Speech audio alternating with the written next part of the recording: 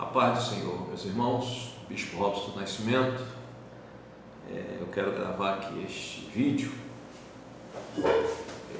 Algumas coisas é baseada neste livro meu, O que vale a pena viver, baseado na vida de Raabe. Eu tenho extraído algumas coisas desse livro para nós compartilharmos juntos aqui. Não quero me prolongar nesse vídeo, mas Deus tem me dado um tema para essa ministração. Deus usa o improvável em tempos de crise. Deus usa o improvável em tempos de crise. Ao longo de toda a história da humanidade, e até mesmo, por que não dizer, olhando para dentro da Bíblia, Deus pega coisas improváveis e transforma as crises em coisas favoráveis.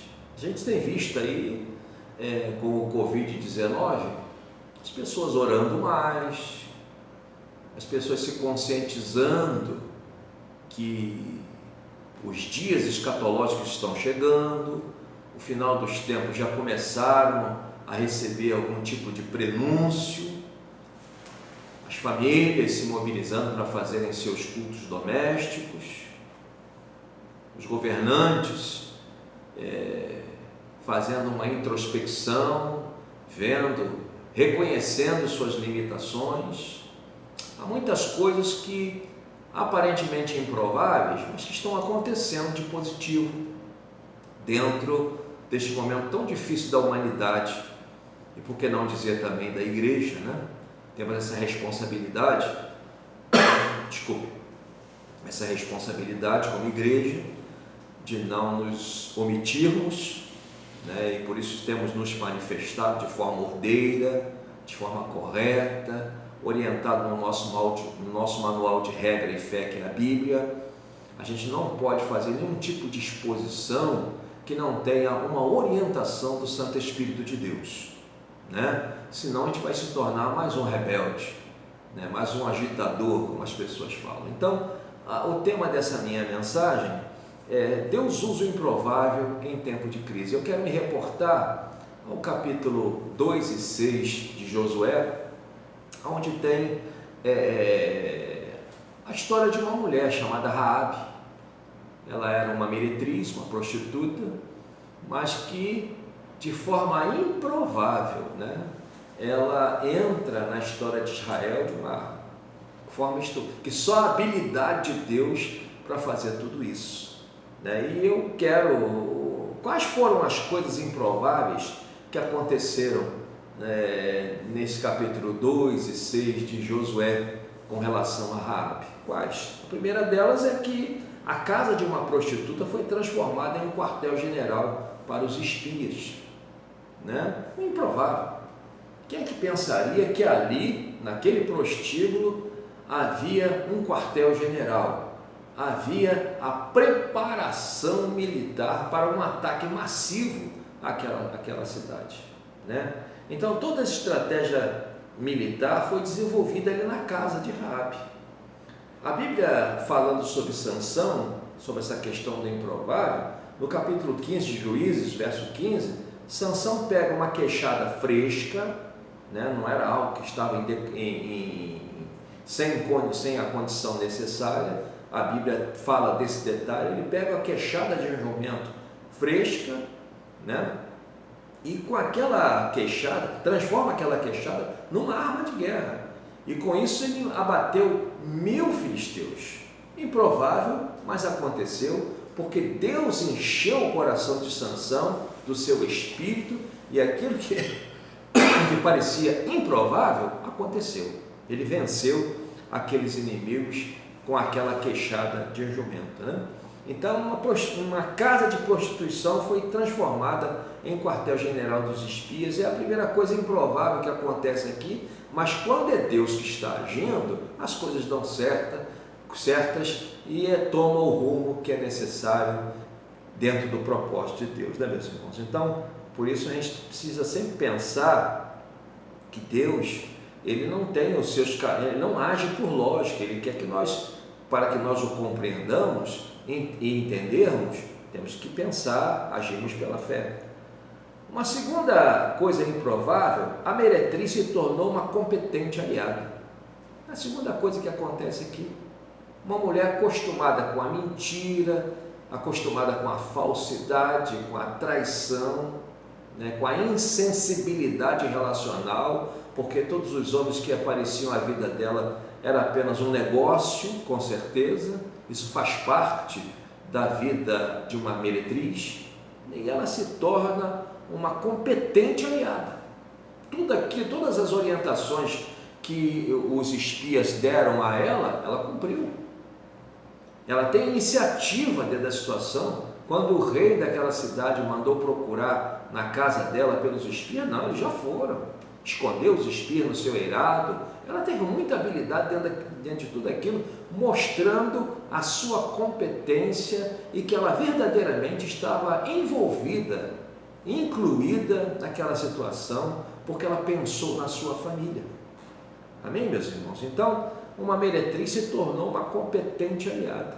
No capítulo 7, verso 36 ao 50 de Lucas, a gente conta uma outra coisa improvável, algo improvável, uma situação improvável. Jesus chega na casa de Simão, um fariseu, para jantar, a mesa foi posta, uma certa parte do protocolo daquela cultura foi cumprido, mas entra em cena uma pecadora, cumprindo com uma parte do protocolo de extrema relevância que Simão não tinha cumprido. Os pés de Jesus não foram lavados, fazia parte daquela cultura, né? Chegar um viajante, um criado lavar os pés, ninguém fez, né? Saudar a Jesus com ósculo santo, beijar o rosto de Jesus, Simão não fez. E essa mulher, ela entra em cena, né? Improvavelmente, de forma improvável, entra ali, né? Lava os pés de Jesus com suas lágrimas, enxuga com seus cabelos, e Jesus fica maravilhado com aquela cena, né? Porque a gente pode se tornar um competente aliado agindo de forma inesperada. Foi isso que aconteceu com aquela mulher. Amém? Uma outra coisa também inesperada foi na vida de Balaão, o profeta Balaão. Ele, teimoso, inconstante, em cima do muro. Eu costumo dizer que quem está em cima do muro é alvo fácil, né? Não adianta, está em cima do muro é alvo fácil, está em cima do muro, está desprotegido, né? No caso dele, ele estava desprotegido porque ele estava cocheando entre dois pensamentos, e de repente a jumenta de Balaão começa a falar. Ele espanca a jumenta e ela fala: rapaz, eu estou com você há tanto tempo, e ele não dá conta que ela está falando com ele não percebe que alguma coisa incomum está acontecendo, até que Deus abriu os olhos de Balaão e ele viu o anjo, e ele se conscientizou do seu pecado, e a partir do momento que ele se conscientizou do seu pecado, Deus enviou aquele homem aonde deveria ir, mas foi uma coisa inesperada, improvável, né? Então Deus tem essa forma de agir também em tempo de crise. Uma terceira coisa improvável, um fio de escarlate, um pano, ganhou status de para-raio, né, de defesa militar. Aquele paninho ali na janela da mulher parecia que não tinha efeito nenhum, mas além de apontar, né, para a pronta obediência daquela mulher, né, chamada Raabe, aquele pano também apontava de forma simbólica para aquilo que Jesus faria na cruz do Calvário por todos nós, né? Para gerar a proteção, a redenção que a nossa alma tanto precisava. Pelo sangue de Jesus nós fomos salvos, pelo sangue de Jesus nós fomos libertos. Então aquela coisa improvável mostrou para os espias, ficou como referência para os espias, que aquela mulher estava ligada dentro daquilo que ela havia pactuado com aqueles dois homens. Amém, meus irmãos? E ela pede um sinal, no versículo 12 do capítulo 2, ela pede um sinal, e ela diz: olha, dai-me um sinal seguro. no final do versículo 12, né? Dá-me um sinal seguro. E qual foi o sinal seguro que os espias deram? Olha, coloca esse paninho aí e tudo vai dar certo. Deus muitas vezes, irmão, nos dá sinais seguros com aparência de coisas inseguras ou insignificantes, mas dá certo quando é Deus que está ordenando, quando é Deus que está orientando. Então, a terceira coisa interessante aqui no livro de Josué 2 e 6 é que um fio de escarlate ganha status de para-raio, de defesa militar na casa daquela mulher. Isso é muito interessante. E para eu encerrar, eu não quero me prolongar muito nesse vídeo, algumas verdades para refletirmos. A primeira delas é a seguinte: a fidelidade é o principal insumo em uma aliança. Vou repetir. Fidelidade é o principal insumo em uma aliança. Se temos uma aliança com Deus ou em algum outro negócio, fidelidade. Fidelidade vai assegurar o sucesso da missão.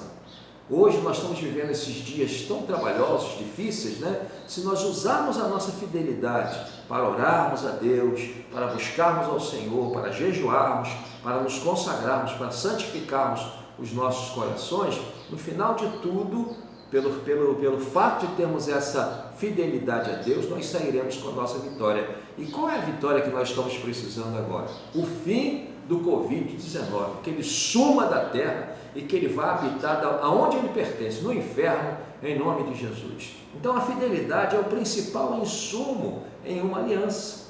Eu gosto muito, a minha igreja sabe que eu gosto muito do capítulo 3, versos 17 e 18 de Abacuque, que eu estou sempre citando, que para mim é um cântico, para mim é um ato de adoração e também uma expressão de confiança em Deus. Abacuque havia passado por algumas turbulências no seu ministério profético, mas de repente ele dá conta que ele precisava confiar em Deus. E ele, nesse salmo, que não deixa de ser, ele vai salmodiando, né? Mesmo sendo um livro, esse capítulo 3 de Abacuque é um salmo, né? Ele salmodia, vai salmodiando. Ele fala: ainda que a figueira não floresça e nem haja fruto na vide, o produto da oliveira minta, e nos currais não haja pasto, todavia eu me alegrarei no Deus da minha salvação. Então, isso é uma fidelidade, um pacto, uma aliança. Uma outra pessoa fiel também em uma aliança foi Eliezer, um homem da casa de Abraão. Abraão lhe deu uma tarefa para ele realizar, ele não falhou em nada. Mas antes de sair em direção ao que Abraão lhe mandara fazer, buscar uma noiva, uma moça para se casar com seu filho, que pertencesse à sua linhagem, ele fez um pacto com Deus, né? E esse pacto passou a tornar o norte, né, dentro daquela tarefa que Eliezer recebeu. A fidelidade é o principal insumo em uma aliança. Essa é a primeira verdade que eu aprendo com Raabe e aprendo a toda a Bíblia vai sendo permeada por essa verdade.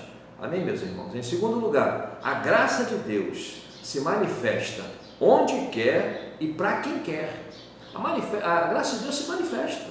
Hoje nós estamos experimentando da graça de Deus, estamos vivos, mas eu preciso querer ela na minha vida em profundidade, porque a graça de Deus não é outra coisa a não ser a pessoa de Jesus Cristo. Eu preciso querer Jesus, querer ter Jesus na minha vida, para que eu possa usufruir das benéficas que Deus separou para mim. A terceira verdade, a obediência a Deus é uma poderosa arma de guerra. Então, tanto Raabe, ela foi obediente, e isso se tornou uma poderosa arma de guerra. A gente vê que José se tornou um homem poderoso dentro do Egito, porque ele era obediente a Deus. O fogo só não consumiu Sadraque, Mesaque e Abdenego, amigos de Daniel, judeus que estavam na Babilônia, porque eles foram obedientes a Deus. Então, a obediência a Deus é uma poderosa arma de guerra. Em quarto e último lugar, uma direção divina deve receber uma atenção imediata. Isso é extraído do meu livro, O que Vale a Pena Viver. Na página 17, eu trato desse assunto com mais profundidade. Uma direção divina deve receber uma atenção imediata. Amém? Quem faz a tarefa de hoje não perde o resultado de amanhã. A integridade é o passaporte para a vitória. Fica com essa palavra, que Deus em Cristo Jesus te abençoe, te guarde e te dê a paz, e que Ele possa fazer resplandecer o rosto dele sobre tua vida, sobre tua casa, sobre os teus sonhos. Deus te abençoe na paz do Senhor Jesus.